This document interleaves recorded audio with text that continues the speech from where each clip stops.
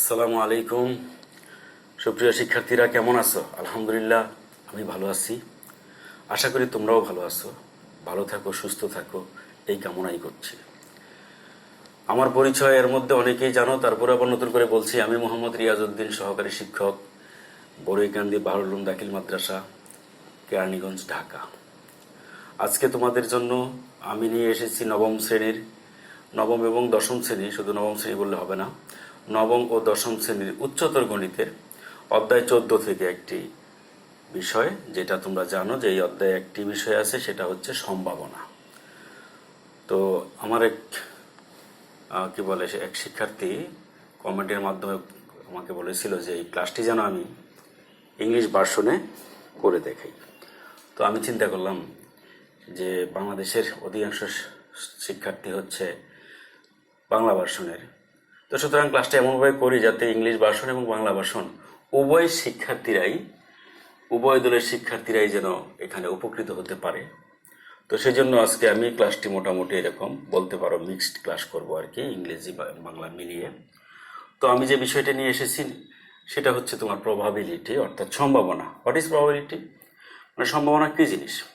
তো probability means the chance of happening বা occurring of an event, অর্থাৎ একটি ঘটনা ঘটার সম্ভাবনা কতটুকু। সাপোজ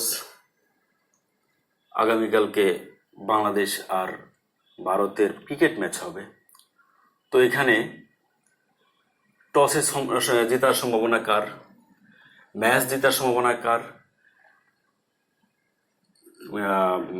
সেঞ্চুরি করার সম্ভাবনা কার, তারপরে বেশি উইকেট পাওয়ার সম্ভাবনা কার, এসব নিয়ে আমরা প্রায়ই আগেই দেখা গেছে টেবিল মাতিয়ে ফেলি, চায়ের টেবিলে জ্বর তুলি যে এরকম সম্ভাবনা আছে, এই আজকে এরকম ভালো করতে পারে। জাস্ট এটা একটা সম্ভাবনা, ধারণা, যে probability means the chance of happening, or এই কথা বলতে পারি আমরা অকারিং অফ অ্যান ইভেন্ট। তো এই প্রবাবিলিটি সম্পর্কে আজকে আমরা কিছু কতগুলি জিনিস আমরা জানব। সেখানে আছে তোমার প্রথম হলো দৈব পরীক্ষা, যেটাকে ইংরেজিতে বলে random experiment. What is random experiment? মানে দৈব পরীক্ষাটা কি? অর্থাৎ একটা পরীক্ষা আমি করলাম, আমি জানি যে এখানে কি হবে, রেজাল্ট আমার জানা, সবগুলি রেজাল্ট জানা, কিন্তু নিশ্চিতভাবে বলতে পারি না যে কোন রেজাল্টটা হবে। খেলায় হার জিত হবে এটা আমরা জানি, অথবা ড্র হবে, কিন্তু কোনটা হবে সেটা কিন্তু ঘটনা সম্পূর্ণ না ঘটার আগে বলা সম্ভব নয়। তো এইটাই হচ্ছে তোমার র্যান্ডম এক্সপেরিমেন্ট। যদি আমরা ইংরেজিতে বলি তাহলে এটাকে এইভাবে বলতে পারি যে when all possible outcome of an event is advance known but specifically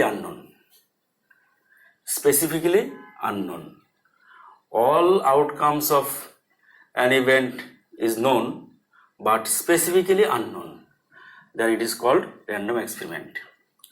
তারপর তোমার আছে এখানে নিশ্চিত ঘটনা, মানে সার্টেন ইভেন্টস, যেটা নিশ্চিত ঘটবে, অর্থাৎ অবশ্যই ঘটবে, এটার কোনো সন্দেহ নেই। মানে an event which is occur obviously, this is called certain events. তো certain events, for example, the sun rises in the east, অর্থাৎ সূর্য পূর্ব দিকে উঠে, এটার সম্ভাবনা 100% নিশ্চিত। পশ্চিম দিকে অস্ত যায়, এটাও 100% নিশ্চিত। এই ধরনের ঘটনাকে বলা হয় সার্টেন ইভেন্ট অর নিশ্চিত ঘটনা। তারপরে আছে তোমার অসম্ভব ঘটনা, দ্যাট ইজ ইম্পসিবল ইভেন্ট, যেটা কখনো সম্ভব নয়।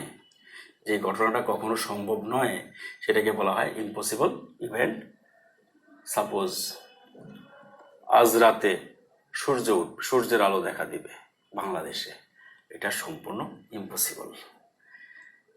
তো আরেকটা কথা বলি, নিশ্চিত ঘটনা অর্থাৎ সার্টেন ইভেন্টসের যে প্রবাবিলিটি সেটা হচ্ছে 1, আর অসম্ভব ঘটনা যেটা, অর্থাৎ যেটা হবে না, তার প্রবাবিলিটি হচ্ছে 0। আর আমাদের সমস্ত প্রবাবিলিটির রেজাল্টটা হবে এই 0 থেকে 1 এর ভিতরে, অর্থাৎ মনে করো এ একটা ঘটনা, তার প্রবাবিলিটি হচ্ছে এ, এইটার রেজাল্টটা হবে কি, হয় 0 নয়তো 1 এর মাঝখানে। অর্থাৎ প্রবাবিলিটি অফ এ যদি একটি ইভেন্ট হয়, probability of A is greater than or is equal to 0 or less than or is equal to 0. দেন আসতেছে তোমার নমুনা বিন্দু মানে sample point. Sample space, sample point দুটা জিনিস একসাথেই হয়। যে when we toss a coin, যখন আমরা একটা টস করি, কয়েনকে টস করি, তখন সেখানে দুইটা ঘটনা ঘটতে পারে। সেখানে দুইটা ঘটনা ঘটতে পারে, একটা হেড উঠতে পারে অথবা একটা টেল উঠতে পারে। অর্থাৎ এই যে একটা হেড, এটা একটা sample point, this is a sample point. Tail, this is এর আদার স্যাম্পল পয়েন্ট। আর এই যে দুটো ঘটনা একসাথে আসলো, অর্থাৎ টোটাল ইভেন্ট, এদেরকে বলা হয় স্যাম্পল স্পেস বা নমুনা ক্ষেত্র। দুইটাকে একসাথেই বর্ণনা করলাম, নমুনা বিন্দু এবং নমুনা ক্ষেত্র।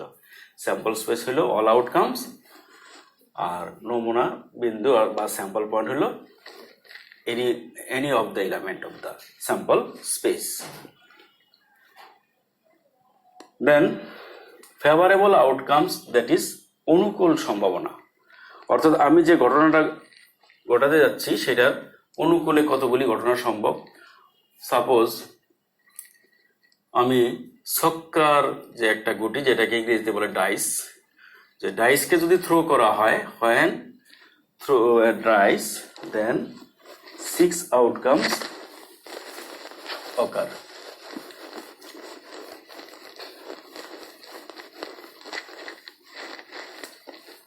This is a dice.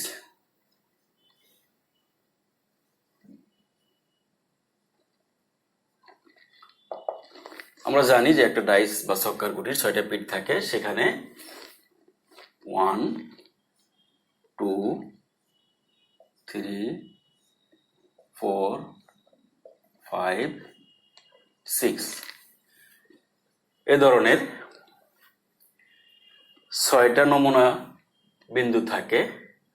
এখন যদি বলা হয় যে এখানে জোড় সংখ্যা মানে ইভেন নাম্বার, জোড় সংখ্যা তার মানে ইভেন নাম্বারের প্রবাবিলিটি বের করো, তো সেই ক্ষেত্রে ফেভারেবল আউটকাম যেটা, অর্থাৎ অনুকূল ফলাফল, অনুকূলে আছে 2 4 6 যারা জোড় সংখ্যা এবং অর্থাৎ ইভেন নাম্বার।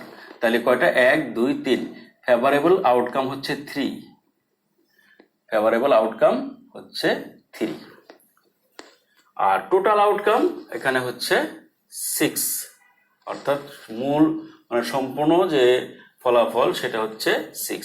অর্থাৎ আমরা প্রবাবিলিটির যে ফর্মুলা সেটা যদি আমরা লিখি, তাহলে এভাবে লিখতে পারি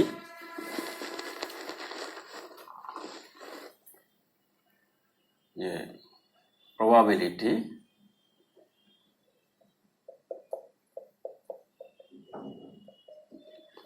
এখানে আমরা লিখব ফেভারেবল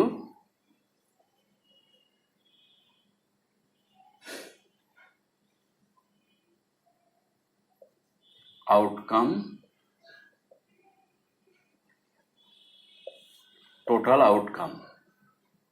বাংলা ভার্সনের স্টুডেন্টরা সম্ভাবনা মানে হলো অনুকূল ঘটনা ডিভাইডেড বাই মোট ঘটনা বা মোট নমুনা বিন্দু।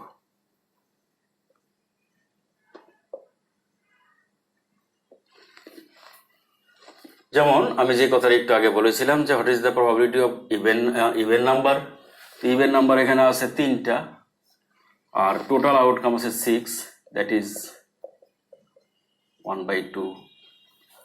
এই 1/2 হচ্ছে এখানে ইভেন নাম্বারের প্রবাবিলিটি।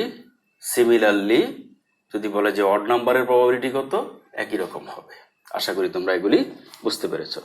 এইটাকে আমাদের বলা হয় কি প্রবাবিলিটি ফর্মুলা। আচ্ছা, তো আমি যেটা বোঝাতে চাচ্ছিলাম যে অনুকূল ফর্মুলা, অনুকূল ফলাফল বা favourable outcome, that is favourable হচ্ছে তার পক্ষে যেটা আসবে। আরেকটা আছে পরস্পর বিচ্ছিন্ন ঘটনা বা মিউচুয়ালি এক্সক্লুসিভ ইভেন্ট।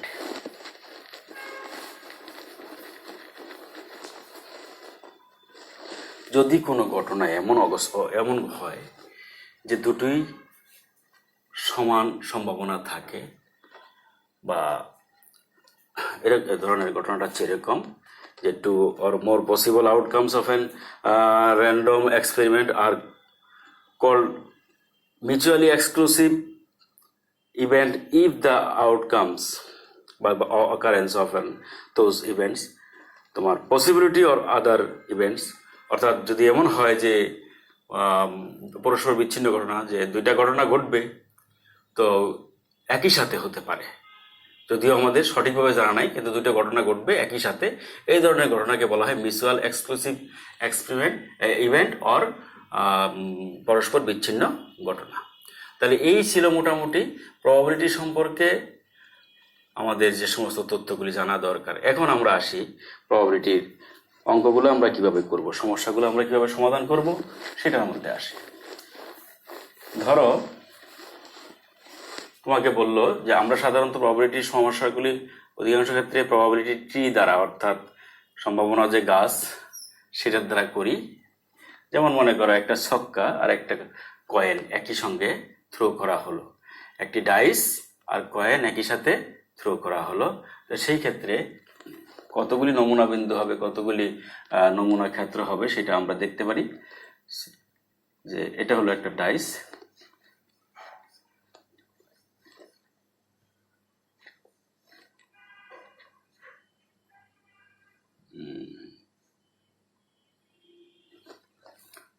তার আমরা জানি যে 6টা ক্ষেত্র।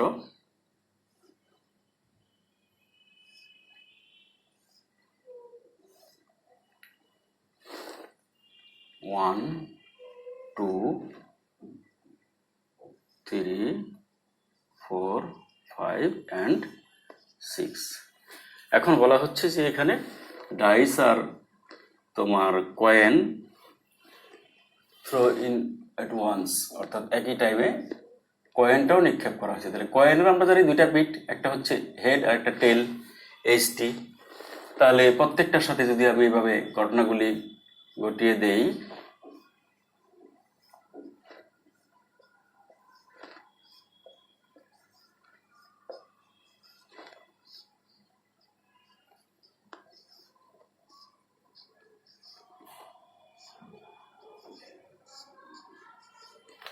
তাহলে দেখো এখানে কয়টা ছক্কার গুটি, দ্যাট ইজ ডাইস, তার প্লেন হচ্ছে তোমার 6টা, আর এক একটা কয়েনের প্লেন হচ্ছে 2টা, অর্থাৎ পিট আর কি। তাহলে একটা ঘটনা হচ্ছে 1 এইচ, এটা একটা ঘটনা, 1 টি, এটা একটা ঘটনা। এইভাবে দেখা গেছে যে 2H, 2T, 2T এরকমভাবে টোটাল ইভেন্ট হবে তোমার 12টা। টোটাল ইভেন্ট হচ্ছে কয়টা? 12টা। আমি দুটো দেখাইলাম, একটাকে দেখাইলাম, বাকিগুলি এভাবে দেখালে দেখা যাবে যে হবে কি টোটাল ইভেন্ট, টোটাল মানে মোট সম্ভাবনা, টোটাল ঘটনা বা total event 12।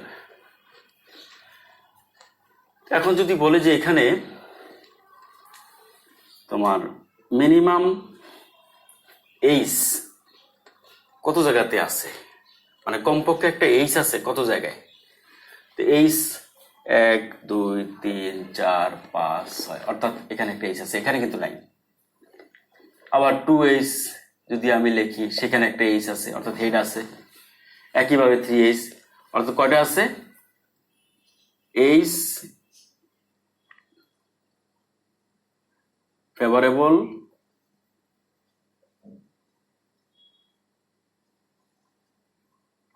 Outcome of H is equal to 6। তাহলে আমি এই যে ঘটনাটা এখানে ঘটলো, এই যে ইভেন্ট, এখানে তোমার এইচ আসার সম্ভাবনা কত জায়গায় আছে সেটা আমরা কিভাবে করব? এই ফেভারেবলটা থাকবে উপরে, টোটালটা থাকবে নিচে। তাহলে কি আসলো? কাটাকাটি করলে হাফ, তার মানে এটার প্রবাবিলিটি হচ্ছে এটা। এটাকে এভাবে লেখা যায়, পয়েন্ট আকারে যদি লিখতে চাও এভাবে লিখতে পারো। আর যদি বলো যেটা মনে করো যে পার্সেন্টেজ আকারে লিখবে, এগুলা তোমাদের অন্য বিষয়, যেগুলা তোমাদের উচ্চতর গণিতের ছাত্রছাত্রীরা কোনো ফ্র্যাকশন থেকে বা ভগ্নাংশ থেকে পার্সেন্টেজে কিংবা তোমার ওই ডেসিমালে রূপান্তর করা, দশমিকে রূপান্তর করা, এটা কোনো ব্যাপার না, পারবে তোমরা ইনশাল্লাহ। তাহলে এইভাবে আমরা কোনো ঘটনাকে বর্ণনা করব। এখন আরেকটা প্রবলেম আমরা প্রায় দেখি যে এরকম ধরনের ঘটনাটা হচ্ছে এরকম যে একটা লোক ঢাকা থেকে কুমিল্লা, ধরো ঢাকা থেকে সে কুমিল্লা যাবে ট্রেনে, কুমিল্লা থেকে চট্টগ্রাম যাবে বাসে। তবে যাওয়ার রুট আছে, এটা মনে করো ঢাকা,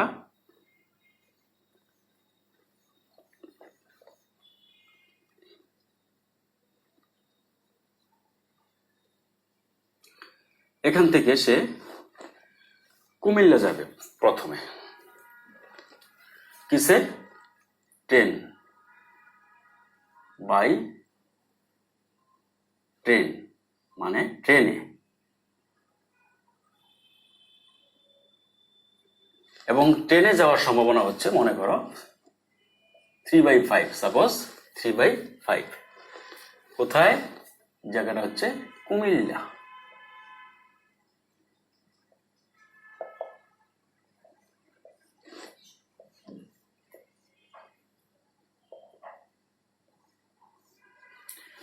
ট্রেনে যাওয়ার সম্ভাবনা 3/5। তাহলে না যাওয়ার সম্ভাবনা, ওই যে আমি বলেছিলাম যে একটা ঘটনা টোটাল ইভেন্ট হচ্ছে 1, তো যদি যাওয়ার সম্ভাবনা থাকে 3/5, তাহলে 1 থেকে বাকি অংশ যেটা থাকবে, অর্থাৎ এটাকে আমরা মাইনাস করলে কি পাই, 5 - 3, দ্যাট ইজ 2/5। এই না যাওয়ার সম্ভাবনা, অর্থাৎ ট্রেনে না যাওয়ার সম্ভাবনা, একটা হচ্ছে ট্রেনে যাওয়ার সম্ভাবনা আর একটা হচ্ছে না যাওয়ার সম্ভাবনা, সেটা হচ্ছে কত, 5/2। আমরা এটা অন্য জায়গায় রাফে বের করে নিব যে নট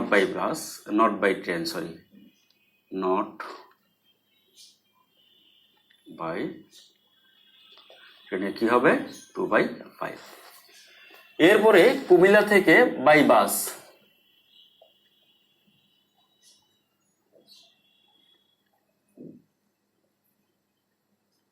মানে বাসে চিটাগাং বা চট্টগ্রাম বলতে পারো,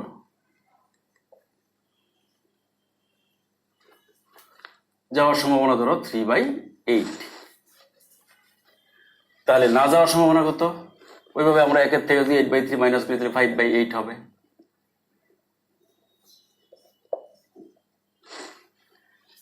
ঠিক একইভাবে এখানে যদি প্রবাবিলিটি তৈরি করি, তাহলে বাই বাসে হচ্ছে তোমার 3/8, আর নট বাই বাস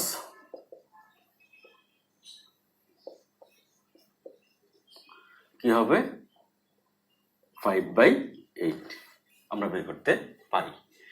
এখন ঘটনা হচ্ছে এটা না, আমাদের ঘটনাটা বলছে যে যদি এইরকম ভাবে যাতায়াত করে যে ঢাকা থেকে সে ট্রেনে যাবে আর কুমিল্লা থেকে বাসে যাবে, তাহলে তার বাসে যাওয়ার সম্ভাবনা, চট্টগ্রাম পৌঁছার সম্ভাবনা কত। একটা ঘটনা আগে বলে রেখে নেই, আগে বলা উচিত ছিল, সেটা হচ্ছে যে অনেক সময় দেখবে যে একটা ঘটনার সাথে যখন আরেকটা ঘটনাকে জয়েন করে, তখন সেখানে অথবা, বা, এবং, তারপরে তোমার ও, কিন্তু এই সমস্ত শব্দ লাগানো থাকে। তো তোমরা দুইটা জিনিস মনে রাখবে, একটা হচ্ছে যদি কোথাও বা অথবা মানে অর থাকে, or, then the অ্যান্টিজ R adding, অর্থাৎ এই অ্যান্টিগুলাকে যোগ করতে হবে, এখানে প্লাসের ফর্মুলা ইউজ করতে হবে যখন অর থাকবে কিংবা বা অথবা থাকবে। আর যদি অ্যান্ড থাকে, বাট থাকে, বাংলা যেটাকে বলো এবং, ও, কিন্তু, তাহলে এই সংখ্যার সাথে এটা গুণ করতে হবে। তাহলে আমাকে যদি বলে যে ঢাকা থেকে ট্রেনে কুমিল্লা থেকে বাসে চিটাগাং যাওয়ার সম্ভাবনা কত, তাহলে আমরা এটাকে লিখবো, এখানে যে অ্যান্টিটা আছে 3/5 ইন্টু 3/8, 9, এখানে কোনো কাটাকাটি নাই। এটা হচ্ছে ঢাকা থেকে কুমিল্লা ট্রেনে আর কুমিল্লা থেকে চিটাগাঙে বাসে যাওয়ার সম্ভাবনা, মানে প্রবাবিলিটি। আর যদি বলে যে না, ঢাকা থেকে ট্রেনে, মানে যেই রুটেই যাক, ঢাকা থেকে ট্রেনে যাবে কুমিল্লা, কুমিল্লায় অন্য কোনো পদ্ধতিতে যাবে, বাসে নয়, তাহলে সেক্ষেত্রে কি হবে? সেক্ষেত্রে এখানে 3/5 আছে, তার সাথে ওই 5/8 গুণ করবে, তখন এই 5 কাটা গেলে 3/8 থাকবে। এটাই হলো রেজাল্ট। অথবা যদি বলে যে না, এই রুটে যাবে, ঢাকা থেকে সে ট্রেনে যাবে না, অন্য কিছুতে যেতে পারে, কিন্তু কুমিল্লা থেকে বাসে যাবে, তখন এই অ্যান্টির সাথে আমি এটাকে গুণ করব। এইভাবে প্রবাবিলিটি বের করতে হয়। তো আশা করি তোমরা সবাই বুঝতে পেরেছ। যদি সম্ভব হয় আর তোমাদের কোনো প্রয়োজন থাকে, চাহিদা থাকে, তাহলে কমেন্টের মাধ্যমে জানাবে। তাহলে আগামীতে অন্য আরেকটি ক্লাসের মাধ্যমে চেষ্টা করব তোমাদেরকে আরো সহজভাবে বোঝানোর চেষ্টা করতে। আজকে এই পর্যন্তই। আল্লাহ হাফেজ।